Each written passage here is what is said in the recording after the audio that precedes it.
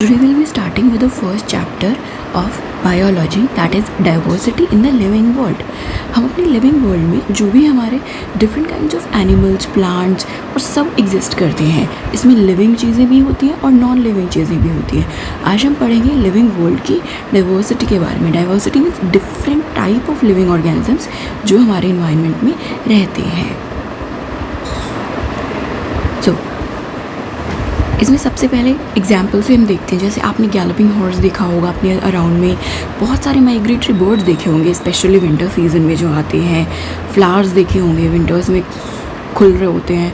और discovery channel और इन सब पे आप देखती हो शार्क कैसे बड़ी बड़ी फिशेस जैसे शार्क होती है और ऐसे कैसे वो हंट करती हैं। तो ये सारी चीज़ें हमें बहुत ज़्यादा अट्रैक्ट करती, बहुत ज़्यादा सोचने के लिए प्रोवोक करती हैं कि कैसे कितनी बायोडाइवर्सिटी हमारे अराउंड एग्जिस्ट करती है। ओके, और बायोडाइवर्सिटी की अगर हम डेफिनेशन की बात करें तो biodiversity means the number of different organisms present in the surroundings. और ये कोई अराउंड 1.7 to 1.8 बिलियन की रेंज है इसकी। 1.7 to 1.8 मिलियन ये रेंज है। और बायोडाइवर्सिटी की डेफिनेशन क्या है? Number and types of organisms जो प्रेजेंट होते हैं अर्थ पे। ओके, अब कोई भी चीज़ है, जैसे आप मैंगो का एग्जांपल ले लीजिए, उसको आपके स्टेट में कुछ कहते हैं, दिल्ली में कुछ और कह सकते हैं, किसी और स्टेट में कुछ और कह सकते हैं। तो सोचिए पूरी दुनिया में उसका कोई और नाम भी हो सकता है। तो हाउ डू वी आइडेंटिफाई कि आप और कोई दूसरा, मान लीजिए कोई ब्रिटिश है, कोई अमेरिकन है, आप लोग कैसे ये समझेंगे कि आप लोग एक ही चीज़ के बारे में बात कर रहे हैं? तो इस प्रॉब्लम को सॉल्व करने के लिए अब बायोलॉजी में यही था कि बहुत सारे एनिमल्स हैं, बहुत सारे ट्रीज़ हैं, प्लांट्स हैं, और वो कॉमन भी हैं, बट स्टिल हम उनके अलग अलग नामों से उन्हें अलग अलग जगह जानते हैं। इस प्रॉब्लम को सॉल्व करने के लिए हम लोगों ने शुरू किया नॉमेनक्लेचर। ये नॉमेनक्लेचर का जो प्रोसेस है, इसे शुरू किया गया। और नॉमेनक्लेचर की स्टैंडर्ड डेफिनेशन क्या होगी? There was a need to standardise the naming of living organisms such that a particular organism is known by the same name all over the world. पूरी दुनिया में एक ऑर्गेनिज्म को हम सेम ही नाम से जाने, ये बहुत ज़रूरी हो गया था। और इसी प्रोसेस को नॉमेनक्लेचर बोलते हैं। नॉमेनक्लेचर तो एक प्रोसेस है कि चलो हमने नेमिंग करनी है, बट उससे पहले हमें क्या करना होगा? हमें आइडेंटिफाई करना होगा, वो भी करेक्टली उसको डिस्क्राइब करना होगा। किसी चीज़ को हम पहले आइडेंटिफाई करेंगे कि वो है कौन। अब चेरी को मैंगो बोलने लग जाऊँ तो प्रॉब्लम सॉल्व नहीं होगी ना, बढ़ जाएगी। मैंने डिफरेंट स्पीशीज़ का नाम दूसरा ले दिया। तो इसकी प्रॉब्लम की सोल्यूशन क्या थी कि ऑर्गेनिज्म को डिस्क्राइब करें सबसे पहले हम करेक्टली। इससे हमें पता चलेगा कि ऑर्गेनिज्म का नाम क्या है, उसको क्या नॉमेनक्लेचर हम करें। तो सबसे पहले हमको आइडेंटिफिकेशन करना है। साइंटिस्ट ने इसके लिए ना एक प्रोसीजर इस्टेब्लिश किया कि नाम कैसे रखेंगे हम किसी का भी। और जो प्लांट्स के लिए नॉमेनक्लेचर है वो कौन प्रोवाइड करता है? ICBN प्रोवाइड करता है। उसको फुल फॉर्म होगी international code for botanical nomenclature. I repeat, international code for botanical nomenclature जो है वो प्लांट्स के नाम देता है। और international code of zoological nomenclature, international code of zoological nomenclature जो है वो एनिमल्स का नॉमेनक्लेचर करता है। इससे हम इंश्योर करते हैं कि हर एक ऑर्गेनिज्म का सिर्फ एक ही नाम होना चाहिए। और इससे एक और चीज़ हम सिक्योर करना चाहते हैं कि सेम नाम किसी दूसरे ऑर्गेनिज्म के लिए यूज़ नहीं होगा। अब कोई भी नाम में दो कंपोनेंट्स होते हैं जब भी हम साइंटिफिक नाम लिखते हैं। अभी हमने ये पढ़ा कि हम साइंटिफिक नॉमेनक्लेचर कर रहे हैं। साइंटिफिक नॉमेनक्लेचर में स्पेशल क्या है? It has 2 parts. Okay, 2 parts है। इसमें पहला क्या है? जेनेरिक नेम है। एक पार्ट क्या है? जेनेरिक नेम है। दूसरा पार्ट क्या है? स्पेसिफिक एपिथेट बोलते हैं इसे। 2 कंपोनेंट होते हैं, एक जेनेरिक नेम, एक स्पेसिफिक एपिथेट। और इस प्रोसेस को क्या बोलते हैं? जब ये 2 कंपोनेंट होते हैं, इस प्रोसेस को बोलते हैं बाइनोमियल नॉमेनक्लेचर। इस प्रोसेस को क्या बोलते हैं? Binomial nomenclature when a name has 2 things, 1 generic name, 1 specific epithet. अब ये सिस्टम दिया किसने है? Bye Carolus Linnaeus. साइंटिस्ट का नाम याद रखिए, कैरोलस लीनियस, ये इंपॉर्टेंट है। और बायोलॉजिस्ट के लिए ये पूरे वर्ल्ड में सिमिलर मेथड फॉलो किया जाता है जो कैरोलस लीनियस ने हमें दिया है ऑफ बायोनोमियल नॉमेनक्लेचर। इसका एग्जांपल से हम समझते हैं। मैंगो को हम क्या बोल रहे हैं? Mangifera indica. मैंगो को हम क्या बोल रहे हैं? फेरा इंडिका, ठीक है, हम ऐसे बोल रहे हैं मेंजीफेरा इंडिका। अब जो मेंजीफेरा है ना, ये क्या है, ये जीनस का नाम है और या फिर जेनेरिक एपिथेट आप इसे बोल सकते हैं मेंजीफेरा को। और जो इंडिका है ये रिप्रेजेंट करता है कि स्पीशीज़ कौन सी है उसकी, वो स्पीशीज़ को रिप्रेजेंट करता है। बायोलॉजिकल नेम जो है बायोनॉमिनल नोमेनक्लेचर में उनके ना बहुत कैरेक्टर्स होते हैं और या फिर रूल्स कह सकते हैं आप, यूनिवर्सल रूल्स हैं जो फॉलो करे जाते हैं। वो क्या क्या है? पहला रूल है बायोलॉजिकल नेम्स जनरली लैटिन में होते हैं, उन्हें इटैलिक्स में लिखा जाता है। जब आप कंप्यूटर में लिखते हैं तो आप उन्हें इटैलिक्स में लिखते हैं, ओके। और दे आर लैटिनाइज्ड और derived from Latin irrespective of their origin से फ़र्क नहीं पड़ता कि डिस्कवरी इंडिया में हो रही है, चाइना में हो रही है, जापान में हो रही है, रशिया में हो रही है, बट सारे नाम लैटिन में रखे जाएंगे। और उससे जब आप कंप्यूटर में एंट्री करेंगे डेटा की तो वो आप इटैलिक्स में करेंगे। फर्स्ट वर्ड जो होगा वो जीनस रिप्रेजेंट करेगा, हमने अभी बात करी मेंजीफेरा, यहाँ जीनस रिप्रेजेंट कर रहा है। सेकंड कंपोनेंट स्पेसिफिक एपिथेट बताएगा, जैसे यहाँ इंडिका था ये स्पेसिफिक एपिथेट की बात कर रहा था। बट जब इन नामों को हम हैंड से लिखेंगे, दे आर हैंड रिटन, तो सेपरेटली अंडरलाइन करना होता है। सी आई हैव अंडरलाइंड इट, इसको हम सेपरेटली अंडरलाइन करते हैं दोनों को, और आप टाइप करेंगे तो इटैलिक्स में प्रिंट करिए, okay. The next character is the first word denoting the genus starts with capital letter. पहला वर्ड जैसे हमारा मेंजीफेरा था यहाँ पे, तो मेंजीफेरा हमने स्टार्ट किया, how did we start this letter, ये कैपिटल लेटर से हम शुरू करेंगे इस वर्ड को। और जो स्पेसिफिक एपिथेट है जो हमारा इंडिका था, हमने आई को कैसे लिखा, स्मॉल लेटर से लिखा। ये रूल हम लोगों को फॉलो करना है इसमें। Name of the author appears after the specific epithet. जब हम इनको लिखेंगे, अब हमें ऑथर का नाम यहाँ पे लिखना है, तो लीनियस ने डिस्क्राइब किया है तो we can write here LINN, ये शॉर्ट फॉर्म में से लिखते हैं लीनियस, ठीक है। अब नेक्स्ट कॉन्सेप्ट क्या है, सारे लिविंग ऑर्गेनिजम्स को स्टडी करना तो नियरली इम्पॉसिबल है क्योंकि डाइवर्सिटी बहुत है। तो हमें क्या करना चाहिए, उनकी ग्रुपिंग करेंगे हम। इतनी डाइवर्सिटी है, 1.7 to 1.8 मिलियन हमारे पास लिविंग थे, उनको हमको ग्रुप्स में क्लासीफाई करना है सो दैट हमारी स्टडी ईजी हो सके। इस सेकेंड प्रोसेस को क्या कहेंगे, क्लासिफिकेशन। आइडेंटिफाई किया हमने सबसे पहले ग्रुप्स को, हमारा पहला प्रोसेस कौन सा था, आइडेंटिफिकेशन था। सेकेंड प्रोसेस क्या है, क्लासिफिकेशन। किसी भी ऑर्गेनिज्म को पहले मुझे आइडेंटिफाई तो करना है कि वह है कौन, देन उसकी एक करेक्ट ग्रुपिंग मुझे करनी होगी। Classification is the process by which anything is grouped into convenient categories based on some easily observable character। और ये ग्रुपिंग मैं कैसे करूँगी, जो easily observable characters जो मुझे दिखाई दे रहे हैं, ठीक है। अभी जैसे हम इसके एग्जाम्पल्स आगे पढ़ेंगे, कुछ कैरेक्टर्स होते हैं वो हम एक ग्रुप से रिलेट करते हैं, उन्हीं के बेसिस पे हम उनको क्लासीफाई करते हैं। जैसे मान लीजिए प्लांट्स में हम क्या करेंगे, प्लांट्स में हम उनके फ्लोरल पार्ट्स देख लेंगे, उनका अरेंजमेंट क्या है, लीव्स के अरेंजमेंट देख लेंगे और इस तरीके से डिफरेंट चीज़ों को देखेंगे। अब एनिमल्स हैं, एनिमल्स में हम देख सकते हैं कि वो उनका रिप्रोडक्शन का मेथड क्या है, उनका सेल्युलर लेवल क्या है, इस तरीके से उनका मोड ऑफ न्यूट्रिशन, ये बहुत सारी चीज़ों को हम ग्राउंड बनाएंगे और उनको क्लासीफाई कर देंगे, ठीक है। ये चीज़ें हमें ध्यान रखनी है, ओके। नेक्स्ट अभी देखिए एक टर्म आया है यहाँ, टेक्सा। टेक्सा क्या होता है, जैसे अभी देखिए डॉग्स हैं, कैट्स हैं, मैमल है, वीट राइस प्लांट, एनिमल्स, ये सारी कन्वीनियंट कैटेगरीज में हमने इनको डिवाइड कर लिया, ठीक है। अब इन सबको एक जनरल टर्म हम यूज़ करते हैं, टेक्सा बोल देते हैं कि ये वाला ये टेक्सा है, ये टेक्सा है। तो क्या इंडिकेट करता है, वो कैटेगरीज होती है ना जो डिफरेंट लेवल पे, यहाँ कोई लेवल फिक्स नहीं है, टेक्सा एक जनरल टर्म यूज़ किया जाता है। प्लांट जो है वो भी एक टेक्सा बनाते हैं, वीट है वो भी एक टेक्सा है।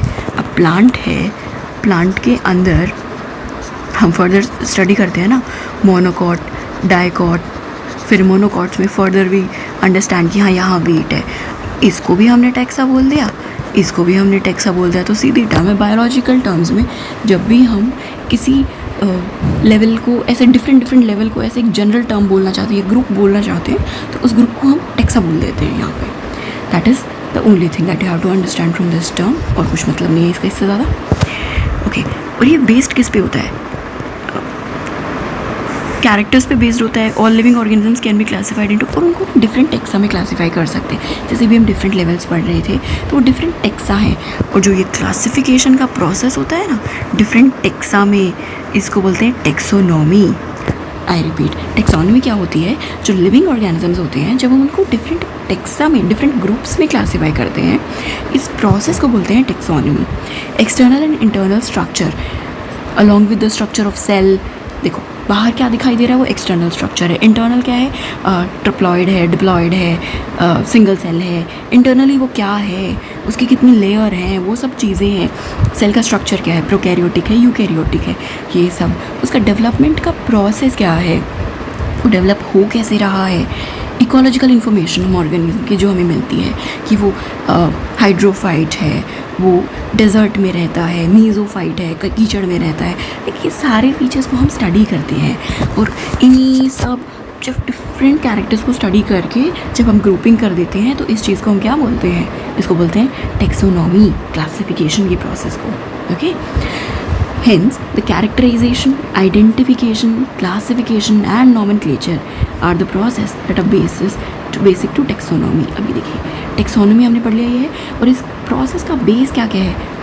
सबसे पहले कैरेक्टर्स को स्टडी करना, उसके फिर उन कैरेक्टर्स को आइडेंटिफाई करना, फिर उनको क्लासीफाई करना। आइडेंटिफाई करके करेंगे क्या? क्लासीफाई तो करेंगे, उसके बाद हम इनका नोमेनक्लेचर कर देंगे। नोमेनक्लेचर आर द प्रोसेसेस, और यही टेक्सोनॉमी के बेसिक प्रोसेसेस होते हैं। ऑलराइट, चलो let's move ahead. Earliest classification जो है वो हमने पढ़े थे डिफरेंट, वो या फिर हम आगे भी पढ़ेंगे ये चीज़ें, क्योंकि ये 9th क्लास से शुरू हो जाता है। क्लासिफिकेशन जो होता है कैसे हम करते हैं, 2 किंगडम, 3 किंगडम, 5 किंगडम, जो मोस्ट एक्सेप्टेड है विटेकर क्लासिफिकेशन, उन सब में हम पढ़ चुके हैं ये चीज़ें ऑलरेडी, पर हम आगे भी पढ़ेंगे। 11th क्लास में रिपीटिशन ही होता है, हायर लेवल जाता है 9th का, तो उसी की हम बात करेंगे आगे। Okay, next proceed. Human beings not सिर्फ इसमें इंटरेस्टेड नहीं थे कि डिफरेंट काइंड्स ऑफ ऑर्गेनिजम्स के बारे में हमें पता चले या उनकी डाइवर्सिटी, बट हमें ये भी स्टडी करना था कि उन ऑर्गेनिजम्स का एक दूसरे के साथ रिलेशन क्या है। एक डॉग एग्जिस्ट करता है, एक ह्यूमन एग्जिस्ट करता है, ठीक है। हमें सिर्फ इतना इंटरेस्ट नहीं था कि ये डॉग है, इसको कैनेडी में डाल दो, कैट है फैलिडी में डाल दो, ह्यूमन है प्राइमेट्स में डाल दो। हमको ये भी जानना था कि how are they dependent on each other, how are they related to each other, हमें उनका रिलेशन भी स्टडी करना था। और this branch of study was refer to as systematics. जब हम ऑर्गेनिजम्स के बीच का रिलेशन इस्टेब्लिश करने की कोशिश करते हैं कि how are they related, how are they dependent और इंडिपेंडेंट, जो भी हमें करना है, जब हम वो स्टडीज़ करते हैं तो उसे सिस्टमैटिक्स बोलते हैं। Latin, okay, the word systematics is derived from Latin word, और लैटिन वर्ड इसका क्या है? सिस्टेमा। ये कहीं आएगा नहीं, but just know it, systema, which mean systematic arrangement of organisms. अब Linnaeus use the systema naturae, उनका एक पेपर था, पब्लिकेशन था उनका, सिस्टेमा नेचुरे।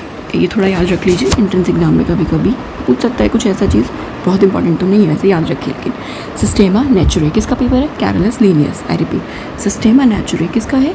कैरोलस लीनियस का है। The scope of systematics was later enlarge to include, और बाद में हमने सिस्टमैटिक्स को इनलार्ज कर दिया, स्कोप बढ़ा दिया हमने।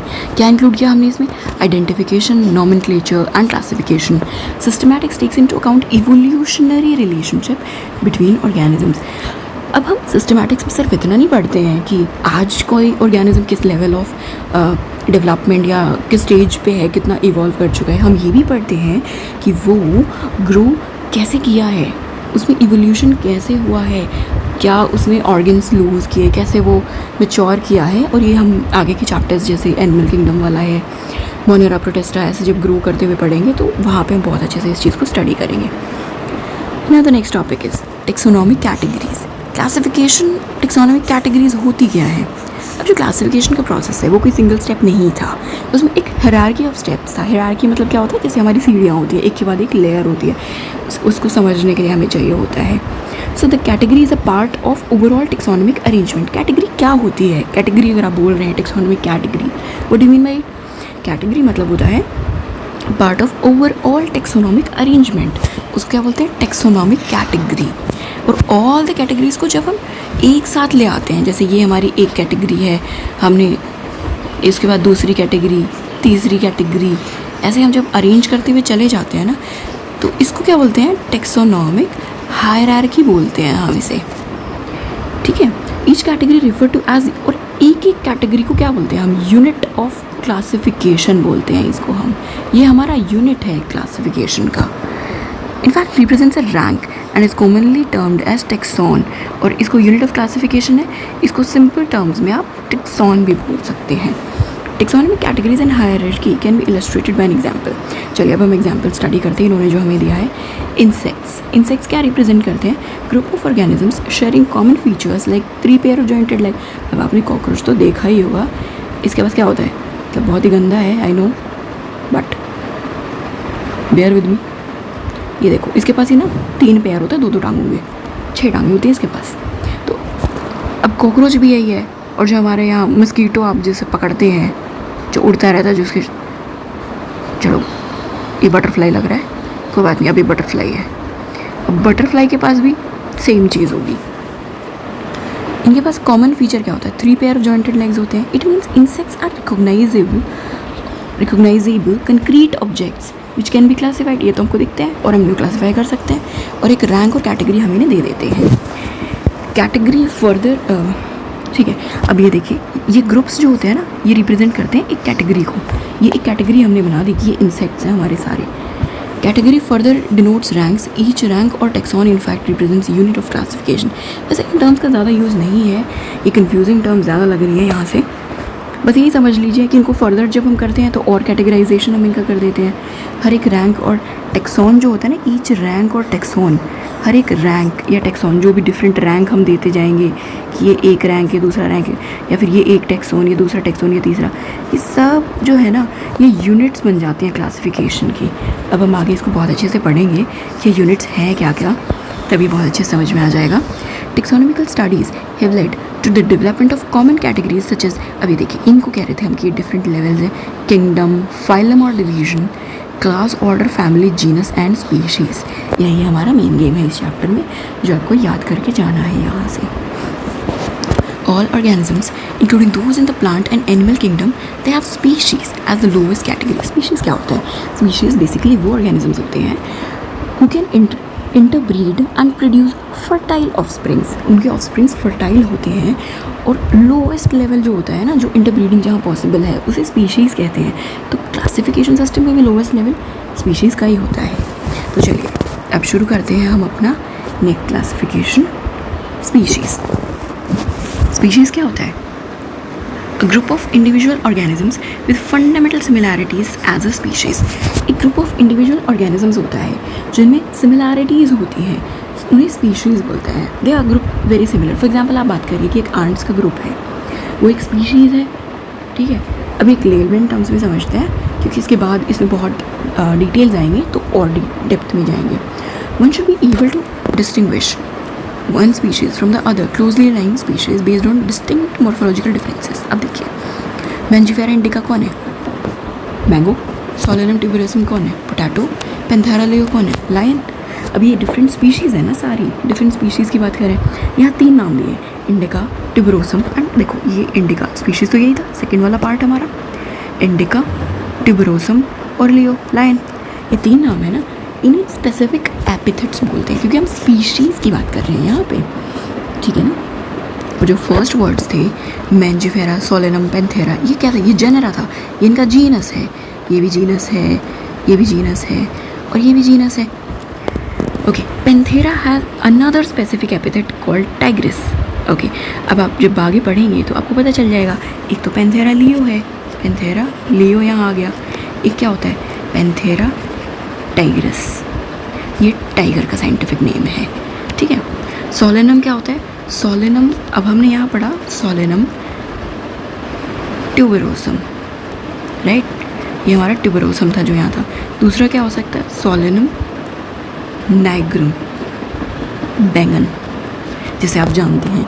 क्या हो रहा है? ये और ये जीनस तो एक है, बट स्पीशीज़ दोनों डिफरेंट है। सेम गोज़ हियर, ये जीनस तो एक है बट स्पीशीज़ डिफरेंट है, और यही आपको समझना है इसमें डिफरेंट स्पीशीज़ क्या होती हैं। Scientific name thus for human beings is written, कुछ नहीं, ह्यूमंस का साइंटिफिक नेम जान लीजिए यहाँ पे, होमो सेपियंस। ओके, अब जीनस से हम अपने नेक्स्ट लेक्चर में पढ़ेंगे। Thank you.